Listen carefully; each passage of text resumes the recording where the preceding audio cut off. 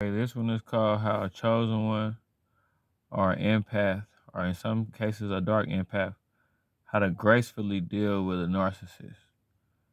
First identify that you're dealing with a narcissist, right? And they're demonic. It's more than just, a self-centered person. You know how deep it is. You know how serious it is, right? See, sometimes dealing with a narcissist is a blessing in disguise because it teaches you how to deal with toxic people. And it's a lot of toxic people out there. Like, for instance, it might be like a friend that's toxic to you, but a narcissist to their mate. That would mean they're a narcissist to you. Narcissists are just toxic people for anybody new that's watching this. But narcissist is a little different because you could be a toxic person and not be a narcissist. You know what I'm saying? Narcissists want you dead. They want bad for you. They want your life in shambles. That's why they desert you, abandon you when you're doing bad.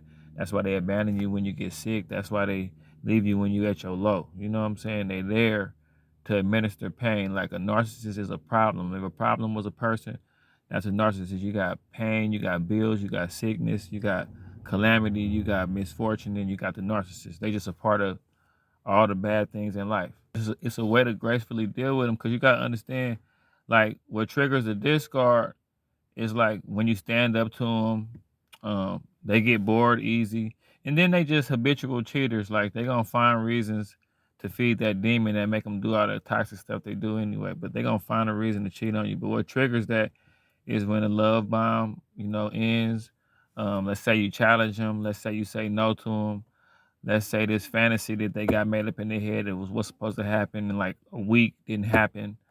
Let's say they just when you any small, you don't know that, like, you really walking on more than eggshells. Like, as soon as the gust, like, they could find somebody else could see them while they out and about. The narcissist is always on the move. They can never sit still. They might bump into somebody while they out and about. And you know what I'm saying? The narcissists, they love validation. They love to be heard. And somebody could easily take a narcissist from you just by sitting up, validating them and telling them they good at what they do. Like I told you, I know the other side of narcissism. Like, I would know if I had remember I told you I've been a new supply before. You know what I'm saying? I know of a girl, a narcissist, and if she's just talking her head off and I say, all I gotta do is agree with everything this girl's saying and just validate her. She don't care about love. She just want to be right. I would know that about narcissistic women, but the way to gracefully, deal with narcissists is just to kind of like refine yourself. While they trying to find a new supply, you refine yourself. You combat they new supply and them cheating with you finding yourself and getting more centered. You know what I'm saying? Because they gotta have somebody you don't. You know what I'm saying? All you gotta do is have yourself. You gotta understand a narcissist wants you to have a crash landing. You know what I'm saying? They want you to be on the Titanic when it sink. You know what I'm saying? They want you to be abandoned. Like, that's one of their go-to moves. It's like they bread and butter. They want to traumatize you and stuff.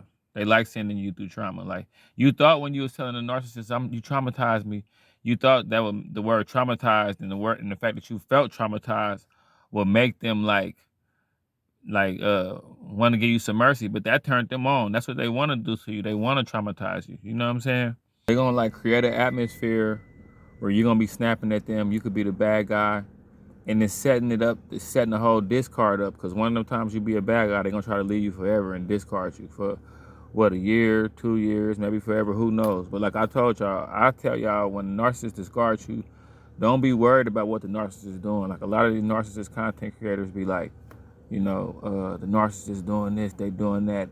I bet the narcissist feel this, feel. I tell you to just, like Will Smith, that Men in Black, where they just take the little thing and go like this and forget. That's what my best advice is, just to forget the narcissist ever existed. That's my best advice. Because you got so much stuff, you got so much catching up to do, you got so much healing you got to do. And it's going to be fun. You can make your healing journey fun by not even thinking about them. And it teach you how to have tough bones.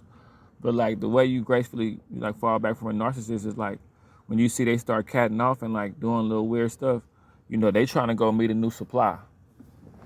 They need a new supply to bounce back. You know what I'm saying? You gotta understand, they move through people. Like, so when they start like devaluing you and discarding you and ghosting you, they warming up the new supply.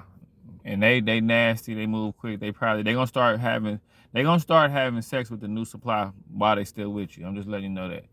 And like towards the end, when the masks come off and all that, they're gonna be being so What you got to do way before that even come is, while they, at the same time they warming up for the new supply, you got to start refining yourself so you can hit the ground running. They want to hit the ground running with a new supply. You want to hit the ground running already halfway healed. You see what I'm saying? So you got to emotionally pack your bags. Like I said, I turned into a dark empath or a war-torn chosen one. And it's kind of like, you know how the narcissist, it's this bird out here that's really like walking around. My bad, y'all. It's this bird that's injured, I guess, and he walking around on foot. It's kind of crazy. But my bad, y'all. I got sidetracked by this black bird that's been sitting out here. And I don't know what kind of sign that is, but nah. When you feel the narcissist getting distance from you, you start refining yourself. Don't do like the narcissist and try to go mess with somebody else, because they'll use that against you. That happened to me. But see, I'll tell you this though, with my narc, I had been through like 6 years of abuse. See, once a narcissist teaches you how to deal with them, and see, I could tell you, the reason why I could tell you like how to deal with them gracefully is from dealing with one for 6 years off and on. Like, they're not gonna never change. I'm just letting y'all know that. They never change. If they get older and they get worse, it seems like they get worse. You know what I'm saying? But like, who knows? Maybe when they was younger, I just wasn't up on it. So I was missing a lot of stuff in the beginning. There was a lot of stuff going on that I didn't really catch neither. But I learned this method from dealing with them. Like, I tell you, I get all my stuff from actually dealing with these people. I done dealt with these people, not just relationships, just family members, everything. You know what I'm saying? You got to gracefully fall back from them. Don't tell them they narcissists or nothing like that. You know what I'm saying? That's the difference between you being an empath or you being a chosen one, is that you scramble back to refining yourself because you know the best version of you is the most pulverizing version of you. The narcissist feel like the best version of them is draining somebody and doing the devil's work. You and the narcissist just have two totally different missions. Y'all have two. That's the thing about it. That's why you'll always clash if you're a chosen one or an empath, because you and the narcissist, you can't save them. They don't want to be saved. You know what I'm saying? They don't want to save themselves or nothing like that. So that's what you got to do though. Like, when you see them changing, you start changing, but you don't change to mess with nobody else. You get your clarity back. You start healing on the fly. They start cheating, you start getting more to yourself and having more indifference. You know, combat them with indifference. You know, you're a good person. Keep this in mind. Don't never forget. Being a good person is a cheat code, man.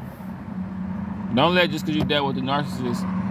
You got to remember, it's a lot of narcissistic people out here.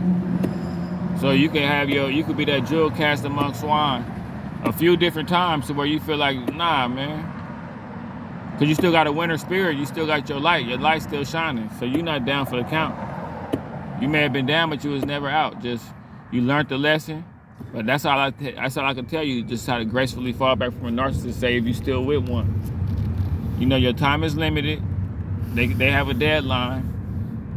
So you know, you could beat them to the punch and just vanish on them. Like when you ghost a narcissist, I've ghosted a narcissist and left him with a narcissistic injury, but it made him come back. When I ghosted this narcissist, it made him come back strong though. You know what I'm saying? But like, nah, that's how you do it though. You just, you know, they get new supply, you get yourself back. You know, so don't never look at it like, oh, they moved on and they with somebody new and I'm sitting here healing. Like, you know, you sitting here getting back to the best version of yourself. Somebody, the narcissist, was mad at you for being. And then, you know, the best part about it, the narcissist may have caught you at a time when you was down, so they don't even know the best version of you. So when you glow up, you're gonna look better than you looked when they had you, than when they met you. That's the ultimate payback right there. But like I told y'all, don't make the narcissist the backdrop of your life. Like, that's all they want to do. They unimportant to themselves.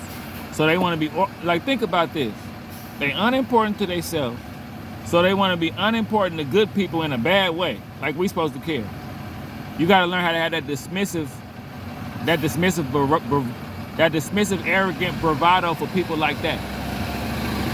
Like, you're not supposed to act arrogant and conceited and have bravado with certain people, but you have it with them though, and that demon in them.